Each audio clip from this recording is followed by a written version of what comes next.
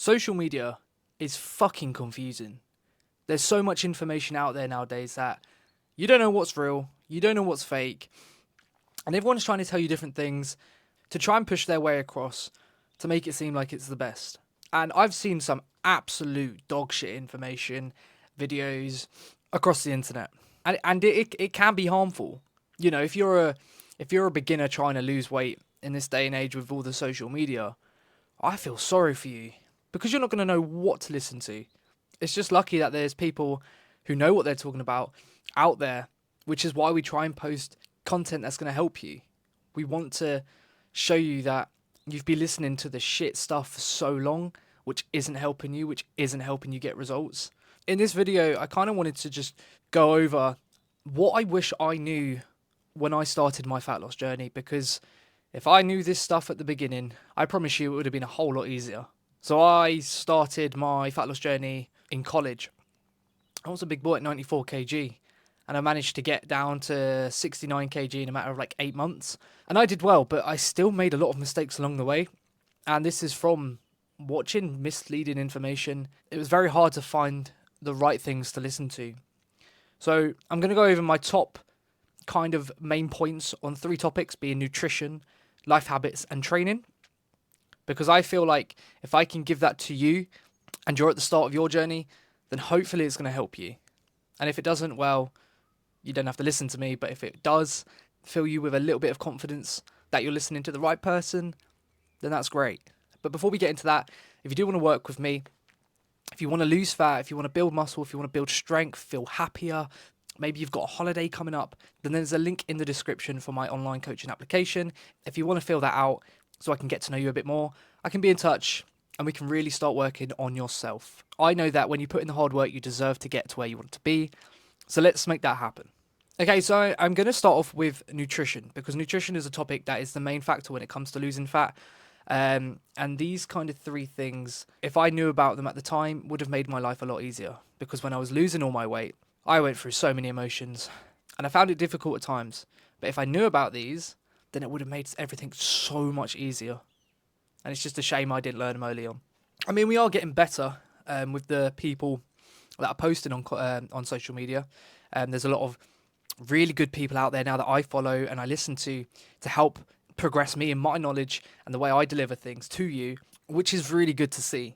But for a very long time, and still, you get an absolute couple of fucking idiots where they don't know what they're talking about. But because they get paid to market things, to influence you to buy things with adverts, you believe them because of their big social media following. Okay, so the first thing is being in a calorie deficit. And for a very long time, I had no idea how to lose weight. I've got to be honest, I was screwed. I thought if you're fat and you're a fat person, that's it, you're fat. There's no changing it. But actually, we know now, as it's spoke about many times, we know we need a calorie deficit, where we're burning more calories than we're consuming. How much is coming in versus how many is going out. And the easiest way to do this is working out on a calorie calculator, and I'll put one in the description. It's the one I always use. And that's your target of where you want to start. Now, this isn't a target where you are constantly at. It's a target you're going to have to change. You're going to have to assess here and there to find out where you want to go. And then this moves me into the next point of you don't want to be in a big calorie deficit, okay? When I started and I lost all my weight going from 94 kg down to 69, I put myself in a deficit of like 500, which is crazy. And this made me feel hungry all the time. I wasn't allowing myself to eat. I felt lethargic and it was just awful. Eating 1,500 calories is not sustainable. Literally for like lunch, I was eating bread, ham, and then bread. That was it. Nothing to go with it. That was literally my lunch. And then I was going to college, working out as well. I felt like shit. And I can't believe I did it. So if there's anyone watching that is eating that low and you're only eating bread, ham bread, please stop and eat more, because you still will lose fat. What I do is every 2 weeks, I just assess my calories based on how my weight's going. If I'm not losing weight, I'll drop my calories by 100. If I'm losing weight at a slow pace, cool, I'm going to stay at the calories I'm on. And of course, if I'm putting on weight, then I'll reduce that calories by like 200 to see how it goes. And every 2 weeks, I just assess it. I'd rather you start off on a higher calorie target than a low calorie target, because if you start off low, fuck me, you're going to feel shite. I mean, there's lots to talk about with each of these points, but I don't want to make this into like an hour-long video. So there are many different things when come into nutrition, and that's why it's really good when you're working with me, because I show you these things and I give you more time and effort into it. I can't get everything done in this video. Like, that's going to be a long time to edit and a long upload process. But these are the main things that would help me if I was to start all over again. The last thing on nutrition, which I want to just touch upon, is not being perfect. I don't expect you to be perfect with your diet, eating chicken, broccoli, and rice all the fucking time. You are going to get bored. You're going to want to eat different things, and then you'll fucking end up scranning half the cupboard because you're bored of that chicken, broccoli, and rice. Trust me. You need to have flexibility in your diet. You need to have the foods you enjoy and add that into your calorie deficit. When you're tracking your calories, for example, add in the foods you enjoy. You know, when you're eating in a deficit, what you should be doing is still eating all the food you normally would, but just reducing the portion sizes. Maybe getting rid of a few things here and there, altering your diet, but ultimately you still want to be enjoying the food you're eating so that you can stick to it, okay? You don't want to be perfect. That's boring. No one likes a boring person, okay? Because I was that boring person once and no one liked me. There's 3 little points on nutrition, and I want to go into some life habit points that would also help me link into the nutrition, but also be in your day-to-day life on how that can help you get more fat loss progress. With our calorie deficit, we want to make sure we're active. When working out your calories, this takes into consideration how active you are on a daily basis, so it can come to a conclusion of how much you need to eat in order to lose fat. Now, getting steps in is such a good way of being active. If you're just laying on your sofa, laying in bed, you're not moving, so you're not expending energy. And you need to be expending energy, and you need to be expending more energy than you're eating. If you don't move around, if you're sat in an office, or you sit on the sofa all day, you're not going to be burning a lot, which means your body is not going to need as much energy to survive, which is going to bring your calorie deficit very, very low, and you're going to be starving yourself, basically, and you don't want that. So by getting more active, getting more steps in, it means you're going to be burning more, which means you can eat more as well. And it's just like the 10,000 step target. This is a myth. This is a marketing scheme. What we want to do is look at how many steps you're doing at the moment, and we're going to try and beat that and become more active. So if you only walk about 5,000 steps a day, your target's going to be 7,500, not 10,000, because that's not realistic to you. It's not something you can comfortably achieve on a daily basis. Whereas for me, that gets around 7,500 steps potentially. My target's going to be 10,000, maybe pushing that even more if I can. If I go for a run, I normally get like 15,000 steps in a day. So it's about looking at where we're at and how can we improve it, not setting a target like 10k.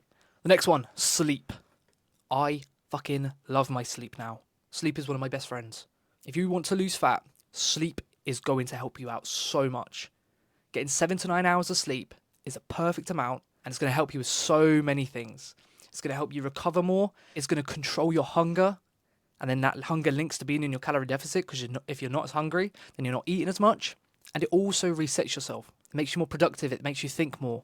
Sleep is one of the things you need to fall in love with. And I know some of you will find it hard to get sleep in. However, it's something you need to address, and it's something you need to work on. Most of these tie into each other, but this point, it's kind of a big one I still struggle with, and it's one of the most parts people struggle with. But it's not being a boring cunt. There's so many events that take place during the year. You got Christmas, birthdays, New Year's, Easter, Halloween, many, many different occasions, weddings, you name it. On these events, you don't want to be the one that's boring. And I'm not talking about you have to go and get sloshed, you have to drink 15 pints, eat all the buffet food. I'm not talking about that, but I'm talking about relaxing a bit, having a few drinks, eating some food you enjoy, going over your calorie target. You know, here and there is not going to kill your progress. And it's in these times you do need to relax yourself, because these are times where memories are made. If you don't enjoy yourself during these memories, they're going to pass and you're going to feel absolutely shit that you didn't enjoy it in the moment. Here and there, enjoying yourself is not going to kill your progress. And that has taken me such a long time to ingrain into myself, where when I do go out, I can enjoy it. And then I'll just get back on track the day after. Once you start learning this, you're going to feel so much better about yourself. Because you're not going to be worrying all the time that you've got to be perfect. You've got to be in your calorie deficit. Like, fuck me. If it's your birthday and you're not going off on one, what are you doing? Get smashed. Have a takeaway. It's your fucking birthday. But it's on occasions like these, you do need to just relax and chill. You're human. Enjoy these moments. We've been over a few points on nutrition. We've been over a few points on life habits. Now with training, these things I took a while to realise. And since realising it, it's just made me not stress as much. I'm so much more calm. I'm so much more chill. I don't have to worry about what I'm doing on a daily basis. And I know that with what I'm doing now and the plan I have in place is going to get me results. It's a really nice feeling. So it's doing the exercise you enjoy. Now, if you can't see yourself doing a form of exercise in 1, 5, or even 10 years' time, you've really got to think about start doing something else. And that's what James Smith has taught me. When I started my fat loss journey back when I was in college, I thought all I needed to do was run, and that was it basically. I didn't even start the gym. And then I fell in love with strength training and resistance training, and that's what I enjoyed. I also was doing football at the time, which was a hobby of mine. So with the gym, the football, I mean, that was good for running anyway, but it was a sport, so it kept me active. Pairing these things together is what I enjoyed. And I managed to fly off the weight because I was just so active. And obviously at the time, I was eating in a very big deficit, so my weight flew off. However, now I know that if I started that back then, I wouldn't have eaten in such a low calorie deficit because I was doing so much sport, I would have needed to eat more. But you need to be enjoying what you're doing. If you don't enjoy it, you're not going to stick to it. And if you don't stick to it, your progress is going to fall off very quickly because you need to be doing something that you can continuously do and be committed with. You need to be able to do it multiple times a week in, week out, months on end, and down the years. And this will change as you go on. You might find that you enjoy different things, but you need to find something that you're at least liking. And if you're someone that does go to the gym, I especially should have learnt this earlier as I was a bit younger, but especially for the younger audience watching this, if you're 16, 17, 18, you've got to not let your friends influence how much you're lifting. The main thing is when you're lifting at a young age is all your friends want to be the strongest. You want to hit them 1 rep maxes and you want to be the strongest out of all your friends. And this is called fucking ego. People get confused with confidence and ego. They're very, very similar. And once you start learning that probably what you're thinking is confidence is actually fucking ego, you're going to drop the ego. Don't let your friends tell you to lift heavier just because you want to satisfy their ego as well as yours. If you're lifting something that you can't comfortably control, you're going to have a higher risk of injury. If you get fucking injured, you're not going to be making any progress, are you? Because you're fucking injured. So understand it's not about how much you lift, it's how you lift it. And it's taken me, again, all these things have taken me years to understand. But now that I have, it's so different. It's so much easier to get results. It's so much nicer to get results because I'm not being an absolute twat and doing things that are actually harming my progress rather than gaining towards my progress. So use your head. Don't let people influence you in what you're doing in the gym. Do your research. Listen to people like me because that's what will help you. Not listening to your friends who don't have a fucking clue what they're doing. They've seen some complete jackhead online pumping the 70 kilogram dumbbells, doing all this random shit. They'll watch it one time and think, oh yeah, they can do it. You can't. Get a plan in place, follow it, train right, and that'll help you with far more progress and strength than watching some fucking melt online, trust me, because I've been there. And the last thing I'm going to touch upon is don't eat back the calories that you burn through exercise. This is probably something I should have learned when I started, because the amount of times I would track a workout or a run and see that I've burnt like 300 calories, I would add that back to my intake. So I thought because I burnt 300, I could eat 300 because that's what I burnt. When actually, no, this isn't what you should be doing. When you work out your calorie target on an app or a calculator, this is already taken into consideration how much you are burning on a day-to-day basis. So if you've told the calculator that you're doing 3 gym sessions a week, getting 10,000 steps a day, this is being taken into consideration and it's giving you a target based on this exercise as well. So if you go for a run and you burn 300 calories and then you eat back them 300 calories, you basically just done fuck all. If anything, it's going to make it harder for you to lose fat because you might not even be in a calorie deficit. Don't eat the calories you burn. And this is why using one of these is great if you're tracking steps and your heart rate if you're running. But when people say, oh, I've burnt 400 calories in this run, I don't give a fuck. You shouldn't be worried about how many calories you're burning. Don't chase the calories you're burning. What you should be chasing is how much is going in your gob how many steps you're getting, how much sleep you're getting, how much water you're drinking, and the main things you need to look at to lose fat. Working out how many calories you burn during a workout is not important when it comes to losing fat. You need to worry about your intake of food, how many steps you're getting stronger in the gym, or doing some form of exercise you like, and getting your fucking sleep in. Jesus. There is so much more that I wish I knew. And I really want to help you because I don't want you to be in that situation as well.